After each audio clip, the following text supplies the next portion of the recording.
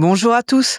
Dans cette troisième vidéo de la série sur un calendrier possible de l'Apocalypse, nous abordons une autre date importante de ce calendrier. C'est celle du signe du dragon dans le livre de l'Apocalypse de Saint Jean au chapitre 12.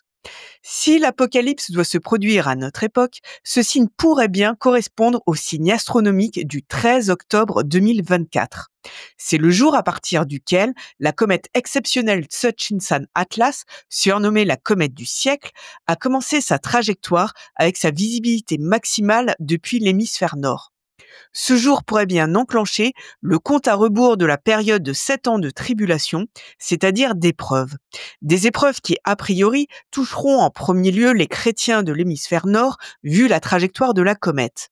Les chrétiens de l'hémisphère sud, eux, ont été prévenus par une autre comète exceptionnelle qui est passée au plus près du Soleil et a donc atteint son maximum de visibilité le 13 janvier 2025.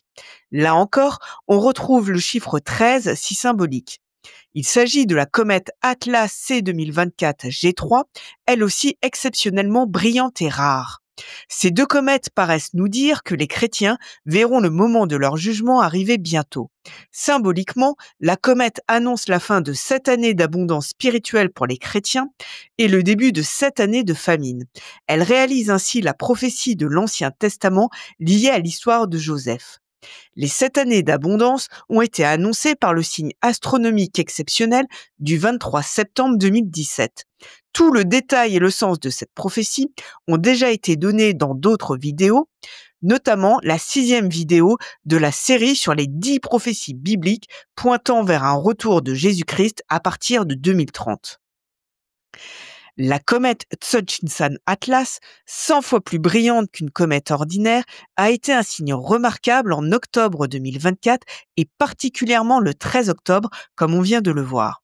La date du 13 octobre n'est pas anodine. Le 13 octobre est la fête de Notre-Dame de Fatima, car ce jour correspond au miracle extraordinaire fait par la Vierge Marie au Portugal en 1917.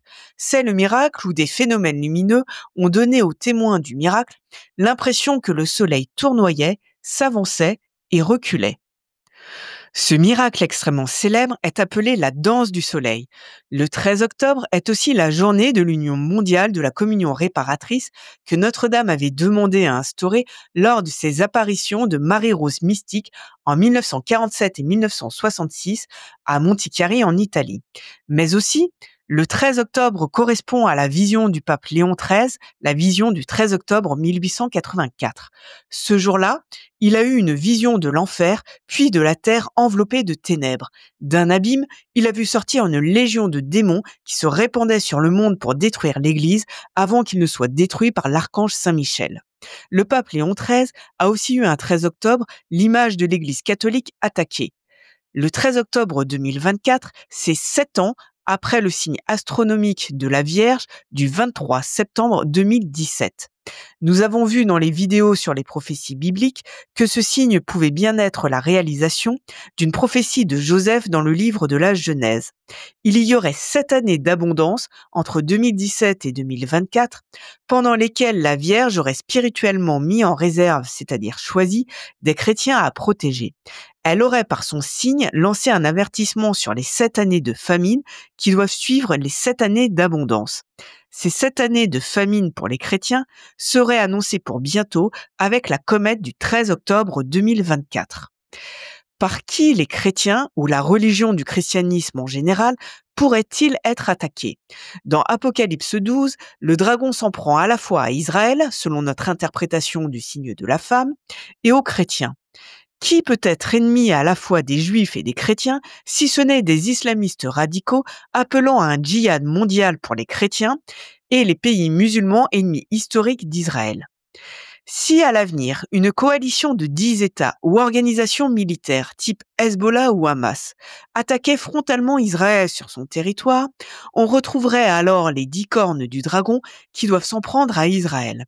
On peut même considérer que ces 10 pays ennemis sont déjà en train d'attaquer Israël conformément à la prophétie, mais que leur action est limitée parce qu'Israël est protégé par les États-Unis. Les États-Unis ont effectivement déployé une flotte militaire très importante pour protéger Israël et lui livrent des armes. Or, dans le chapitre 12 de l'Apocalypse, la femme qui symbolise Israël est pourchassée par le dragon, mais elle est protégée du dragon en étant enlevée par les ailes d'un grand aigle qui pourrait bien symboliser les États-Unis. L'emblème des États-Unis est en effet le pigargue, cet oiseau surnommé aussi aigle des mers. Les 10 pays ennemis d'Israël, représentés par les 10 cornes du dragon, pourraient par exemple être Gaza, la Cisjordanie, l'Iran, le Liban, le Yémen, la Syrie, la Turquie, l'Irak, l'Algérie et peut-être l'Égypte, qui certes n'est plus un ennemi historique d'Israël, mais ne veut pas accueillir pour autant de réfugiés palestiniens sur son territoire, ce qui est une source de conflit. Ces États ou des organisations islamistes avec des combattants issus de ces pays, empêchés de détruire Israël, pourraient alors partir à la conquête de l'Europe chrétienne sous un prétexte religieux en décrétant un djihad mondial. Ils réaliseraient ainsi la prophétie de Jean. Furieux contre la femme, le dragon s'en alla faire la guerre au reste de sa descendance, à ceux qui respectent les commandements de Dieu et qui gardent le témoignage de Jésus. À partir du 13 octobre 2024, nous pouvons nous attendre à la libération des cavaliers noirs et verdâtres des 3e et 4e sceaux de l'Apocalypse pour l'Occident chrétien. Nous serons alors encore dans le commencement des douleurs selon les mots de Jésus. La fin, c'est-à-dire l'arrivée de l'Antéchrist, viendra en 2026. Entre les deux, il y aura la persécution des chrétiens annoncée par l'ouverture du 5e sceau. Le cavalier de l'Apocalypse au cheval noir symbolise la crise économique et les pénuries alimentaires. Il est logique qu'il apparaisse avant la persécution des chrétiens, puisqu'il correspond au 3e sceau. C'est la même chose pour le cavalier au cheval verdâtre, parfois décrit avec la couleur pâle dans certaines traductions de la Bible. Il correspond au 4e sceau et porte la mort et le séjour des morts. Ce cavalier amène sans doute la peste, comme il est dit dans le livre de l'Apocalypse, puisque les autres fléaux cités dans le passage sur les 4 cavaliers de l'Apocalypse sont apportés par les 3 autres cavaliers. Ces 3 fléaux étaient la conquête, la guerre et la crise économique. La peste du 4e cavalier serait, dans le contexte de notre époque, plutôt une épidémie mondiale. Depuis le 7 octobre 2023 et la libération du cavalier rouge qui symbolise la guerre, il manque donc un krach boursier mondial et une nouvelle pandémie pour concrétiser l'ouverture des 4 premiers sceaux de l'Apocalypse. Ce krach boursier et cette pandémie doivent arriver avant l'ouverture du 5e sceau, qui est la persécution des chrétiens. Je pense que cette persécution des chrétiens coïncidera avec le début de l'arrivée de l'Antéchrist sur la scène politique, et que cette libération de l'Antéchrist sera déclenchée par le synode sur la synodalité de l'Église catholique actuellement en cours et qui doit se terminer définitivement en octobre 2025. Le krach boursier et la pandémie auraient donc lieu d'ici octobre 2025 si c'est une bonne interprétation. En tout cas, à l'heure où cette vidéo est enregistrée, la menace d'une crise économique et d'une nouvelle pandémie est en permanence maintenue au-dessus de nos têtes comme une épée de Damoclès. Espérons que nos prières adoucissent ces épreuves si elles devaient bientôt survenir. Je vous remercie de m'avoir écouté. N'hésitez pas à liker, à diffuser cette information et pourquoi pas, à nous rejoindre dans le monde non virtuel. Bonne journée et que Dieu vous bénisse.